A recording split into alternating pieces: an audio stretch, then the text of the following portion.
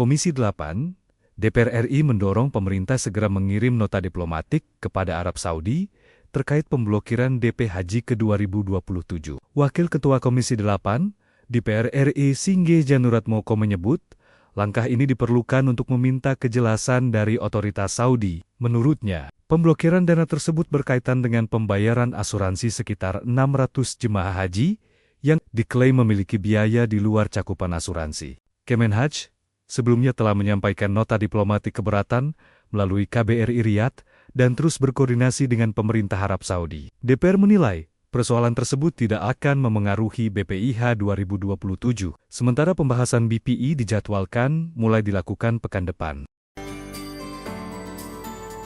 PT Garuda Maintenance Facility Aero Asia Tbk terus menunjukkan peningkatan kompetensi engineering dalam penguatan alutsista pertahanan negara.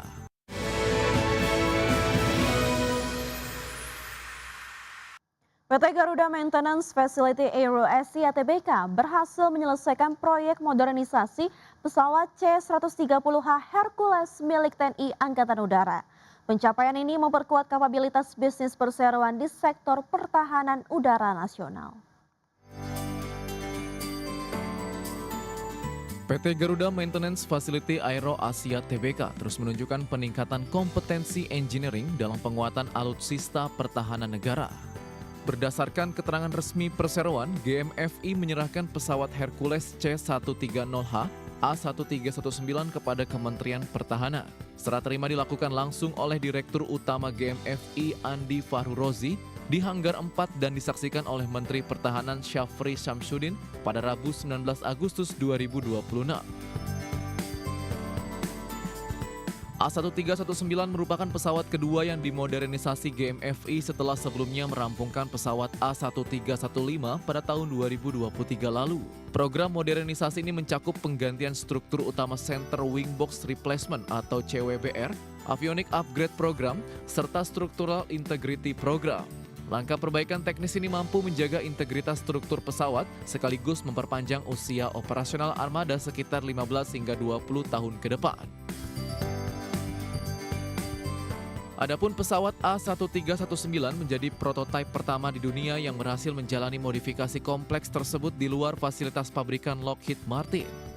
Proyek ini merupakan bagian dari program offset industri pertahanan melalui transfer teknologi yang melibatkan kolaborasi GMFI, PTDI, Lockheed Martin, TNI AU, dan Kemenhan. Manajemen memastikan pengembangan kompetensi MRO alutsista ini menjadi bagian dari strategi diversifikasi bisnis perseroan yang berkelanjutan. Berbagai sumber IDX Channel. Pemirsa, PT Indospring Tbk melakukan penurunan modal dasar dan modal disetor pada entitas anak usahanya PT Indo Baja Prima Murni. Aksi korporasi emiten manufaktur suku cadang berkode INDS ini membuat perseroan mengantongi pengembalian modal sebesar 19,3 miliar rupiah. PT Indospring Tbk merestrukturisasi permodalan pada entitas anak usahanya yakni PT Indo Baja Prima Murni. Berdasarkan keterbukaan informasi Bursa Efek Indonesia, emiten INDS ini menerima dana pengembalian setoran modal senilai 19,3 miliar rupiah. Dana tersebut berasal dari penurunan modal disetor anak usahanya dari semula 35 miliar rupiah dipangkas menjadi 15 miliar rupiah. Manajemen menjelaskan bahwa aksi korporasi tersebut tidak mengubah komposisi persentase kepemilikan saham perseroan pada anak usahanya. INDS tetap mempertahankan porsi kepemilikan sebesar 96,5% atau setara dengan nilai 14,475 miliar rupiah. Sementara sisa porsi kepemilikan saham sebesar 3,5% dipegang oleh PT Indra Putra Mega dengan nilai nominal sebesar 525 juta rupiah. Langkah penataan ulang struktur modal entitas anak ini ditujukan untuk mengoptimalkan efisiensi permodalan grup perseroan. Manajemen INDS menyatakan bahwa seluruh dana hasil pengembalian setoran modal tersebut akan dimanfaatkan untuk memperkuat struktur arus kas perseroan. Optimalisasi likuiditas ini diharapkan mampu menopang operasional serta ekspansi bisnis perseroan ke depan. Berbagai sumber IDX Channel.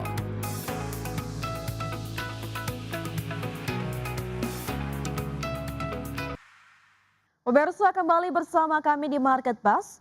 PT Bank Jago Tbk menepis kekhawatiran terkait potensi pergeseran tenaga kerja akibat masifnya pemanfaatan kecerdasan buatan atau AI.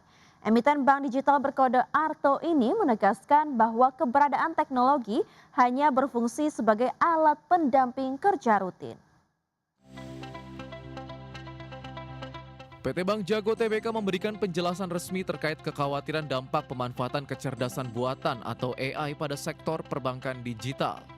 Berdasarkan keterangan resmi perseroan, Head of People and Culture Bank Jago Pratomo Sudarsono menyatakan bahwa keberadaan teknologi bukan satu-satunya penentu kinerja. Dalam struktur kerja Bank Jago, AI sengaja dimanfaatkan untuk memberi saran, namun proses pengambilan keputusan tetap berada penuh di tangan manusia. Pratomo menjelaskan bahwa penggunaan AI sebagai pendamping digital dapat mengurangi prosedur rutin yang membuang waktu.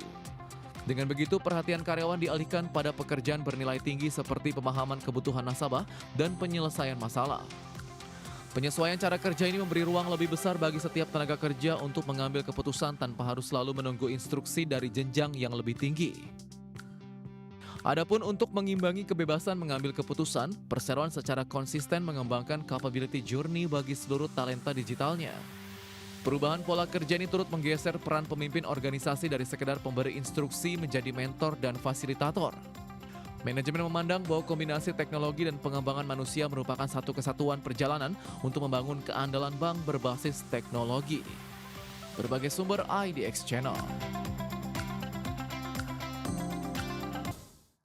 Ya pemirsa, nilai tukar rupiah menguat ke posisi 17.748 per dolar Amerika Serikat.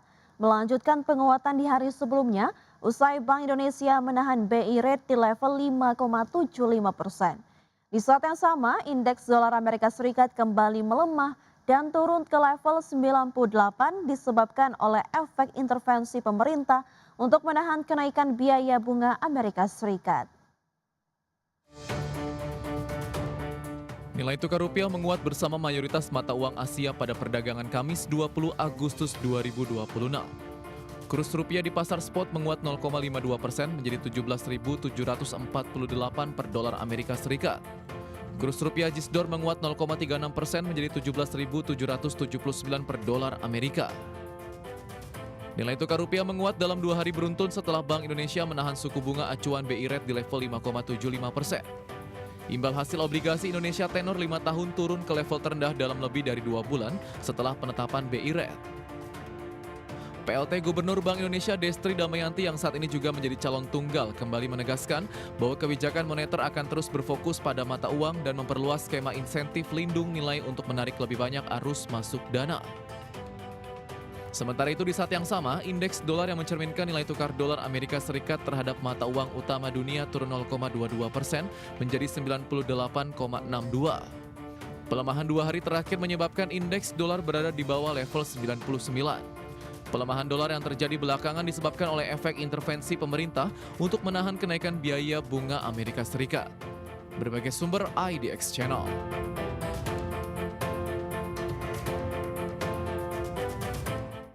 Harga minyak melonjak lebih dari 2% pada Kamis dan berakhir di level tertinggi dalam hampir sebulan setelah Presiden Amerika Serikat Donald Trump mengancam akan mengambil tindakan terhadap negara-negara yang mendukung Iran.